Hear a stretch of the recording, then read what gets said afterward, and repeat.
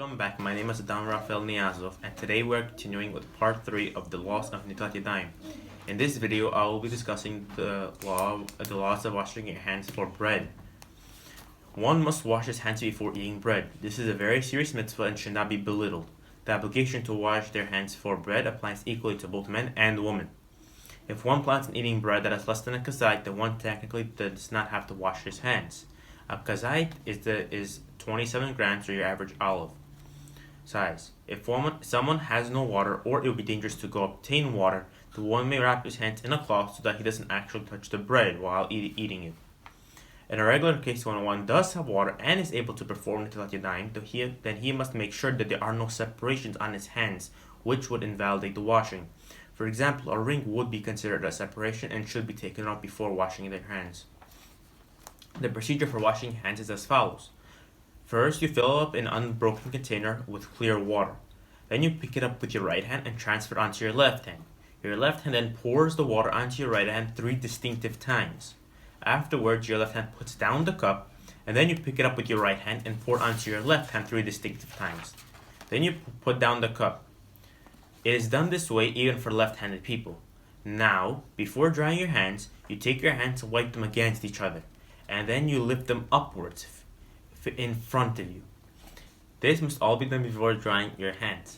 Now, if someone completely dries his hands before saying the bracha, then he may no longer say a bracha.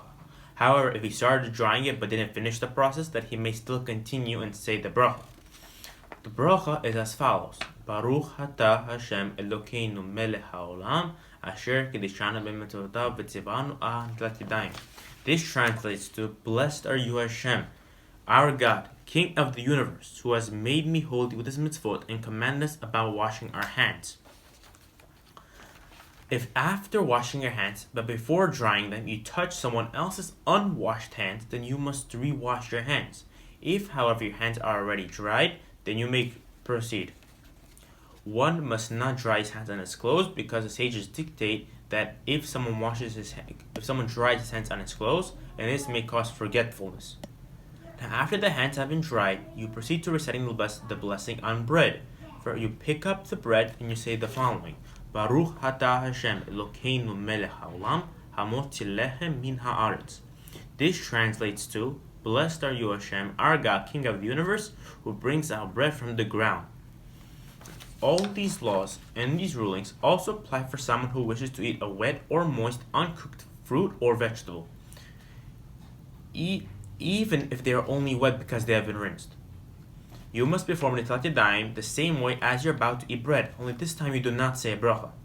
If the fruit has been wiped and only moist enough to wet one's fingers, but the fingers do not become moist enough to wet something else, then the food is considered dry and you need not wash your hands.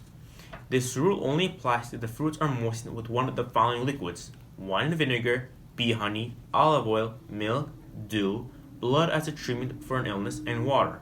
With this we conclude part 3 of the halachot of Netilat Yadayim. We wish you all a blessed day.